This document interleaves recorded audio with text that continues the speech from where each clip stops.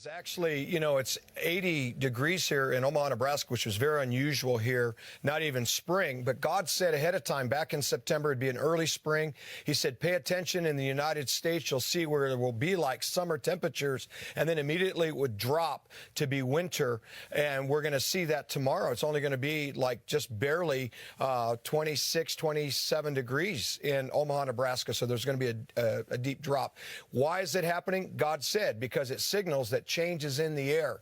So we need to get ready for the great changes that God has planned for you in the Flashpoint Army, but also this great nation, the United States. So I'm excited that these are just natural signs of what God's intent is for us upcoming this great year. Yeah, amen. And I'm looking forward to that. And I know you are looking forward to great things happening this year.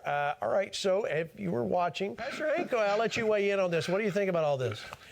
Well, first and foremost, I love what Donald Trump has always said, President Trump. He said, you're going to get tired of winning. It's going to be fantastic. It's going to be huge.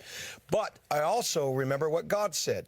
God said that they were going to come after him and that there would be different things that would happen. But God would interject himself in the life and in the candidacy of what he wants for Donald Trump. And he would put an I in the name Trump, and it would be triumph. And we're going to continue to see incredible victories as we go forward. But let's talk about Nikki for a moment.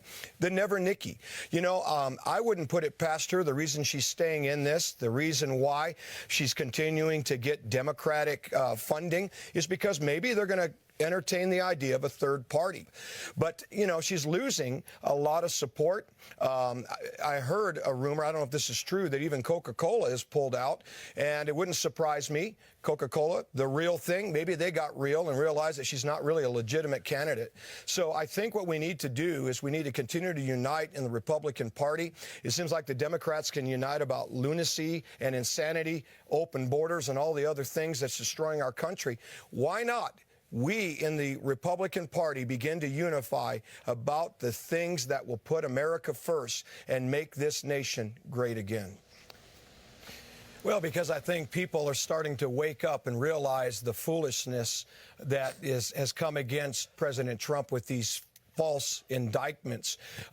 First and foremost, you can see that the judges and those that are the prosecutors, they're linked together. They conspired against President Trump privately, and they've got an agenda. They don't want President Trump to be our president. They also don't want President Trump to have any kind of money. And so it's all backfiring. And God said that this would happen, that it would backfire, and we're going to continue to see it backfire. And what they don't realize is people in America have had enough. And they realize that President Trump has already shown us 4 years. It's not some guy running for office for the first time that gives you all the campaign promises and then he doesn't fulfill it. Promises made, promises kept was what President Trump campaigned upon the first time, second time, and this is what he's continuing to do. So you're going to see more and more people come out. They're going to begin to support him. You're going to see those that label themselves as an enemy begin to shake his hand and really begin to support him in a way that is going to be shocking to a lot of people. You say, well, Pastor Hank, how do you know? We're already seeing it happen. But lastly, God prophesied, and he said, there will come a day that those who hate President Trump, that some will apologize and begin to change their ways and get behind him for the betterment of this country. And that will play out. And you'll see it in the months and years to come. Yeah, let me go to you, Floyd, on that. The same thing. You see what they are saying. What are your thoughts? You know, oh, here, take this flight to wherever. Well, again, Pastor Gene, to Floyd's point, you know, what's an outrage with the previous video that you saw is this is our tax dollar. Second thing that's an outrage is we, United States citizens, are being treated like we are the ones that have come to our country illegally, and they're just rolling out the red carpet for these people. But here's the real deal. I really believe that it's because the Democratic Party for years, what have they been doing? Rolling out the red carpet so that they can continue to enslave people, let government be in control of everything, not the people. And so they make all these promises. They create all of these things that enslave people, and that's what they're doing. They're really wanting to offer amnesty because ultimately they think that they can continue to hand out all these free things and this free ticket, and they can use their vote. and then they can continue to further their agenda. But lastly, I want to say something about Lake and Riley. It's an outrage what happened. But really what needs to happen is I'm looking to our elected officials on all sides, in Congress, in Senate, to now look at someone's daughter, but what she represents. She represents America and what's being done to our country. And what they need to do is say, you know what, we're going to start the Lake and Riley Act. And the first thing we're going to do is we're going to close this border. Second thing we're going to do is we are going to stop any unnecessary funding, especially to Ukraine, when we haven't been able to really nail down why are we giving the money anyway. Third thing we need to do is we need to begin to round up those that have come into our nation. What are you here for? What are you doing? And we need to get serious about this. So I'm looking to those on the Democratic aisle. I'm looking for those on the Republican aisle to come together and do the right thing for someone who was murdered at the expense of an illegal. And they were also, the person who murdered her was thrown in jail and released. So this is an outrage, and I'm waiting to see what our elected officials are going to do something about it for the sake of those in this country. It's about time that we put a stop to this nonsense. Let me go to you first, Pastor Hank. Your thoughts? You heard what he said about the one-state or two-state solution. Your take? Well, first of all, that was a great interview, Pastor Gene. I really enjoyed that. Great job. I'll tell you, that man's a brilliant man. But here's the real deal. You know, God prophesied ahead of time. Back in March, if you remember, we shared it on Flashpoint, even April, where there was the sound of war beats, and the Lord was already saying that they were going to try to strike Israel in the coming days. And the Lord told us ahead of time.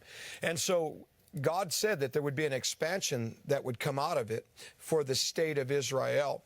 And so thank God they've got a strong leader. That's what strong leaders do.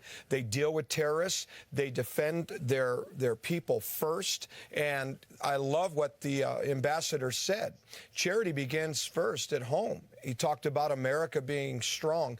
But I do want to make one last point. He referenced President Trump and his speech. Pastor Gene, you and I were there. We had the honor of being able to listen to the speech. And I want to encourage everybody that's watching tonight, and especially to a point that Luke made, if you have not considered voting and you're waffling, or maybe you're a never Trumper, you really do need to go out and listen to the speech that he gave. He talks about his faith in Jesus Christ. He talks about the importance of the United States having the injection of Christianity back again. He talked about under his administration, they're not going to touch the cross of Christ. And then finally, he said this that I thought was very important. He talked about the importance of blessing Israel. God said that in Genesis chapter 12. President Trump has done that. If you bless Israel, you will be blessed. And I believe that's why our country is going to be set back on course again, because we're not only getting President Trump, who's going to stand strong again, but so will our country, and we're going to stand with Israel. Yeah, and as you mentioned, President Trump spoke that night. Victory was on one of 3 networks that was allowed to carry it. And, of course, if you were watching Victory or you were watching us on Rumble, we did carry that speech in its entirety, and you can go back and watch it if you missed it. But let me go to you, Floyd, on that. What do you think?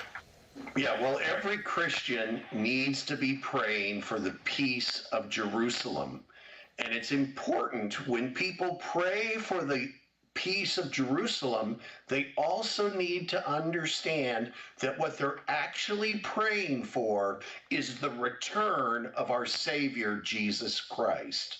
Okay? There will not be peace in Jerusalem until Jesus reigns on the throne in the Davidic covenant. And that's the only way Israel is going to get peace. And they've got to turn to the Messiah. They have to turn to Jesus. Jesus is the solution to the problems in the Middle East. And frankly, there's going to be wars. There's going to be all kinds of hardship. And we're just at the beginning of it. And, you know, as I read my Bible, what I've come to realize is that these aren't just the last days, Gene. We are in the last hours, maybe even in the last minutes. And we are seeing biblical prophecy come alive. And since Israel was recreated in 1948, we've seen it in full color. But there's not going to be peace there until Jesus is on the throne and ruling from Jerusalem. A chair of their choosing. All right, Pastor Hank, as we wrap up, I'll give you first shot at that. Well, I think this is a good thing, and I think it's time for somebody like a Mike Lindell, who was actually a part of that discussion early on. I think he'd be a great guy to consider. I just want to see the party unified. But I do want to, as we go out, remind the people regarding Israel. Israel's forever. God is going to continue to tear the veils of deception, not only in the Middle East, but China, and including Israel. And we are going to see Matthew 24:14. This gospel of the good news shall be preached and demonstrated as a witness. Then the end will come. All right, Luke, you got a minute? Go ahead. Yeah.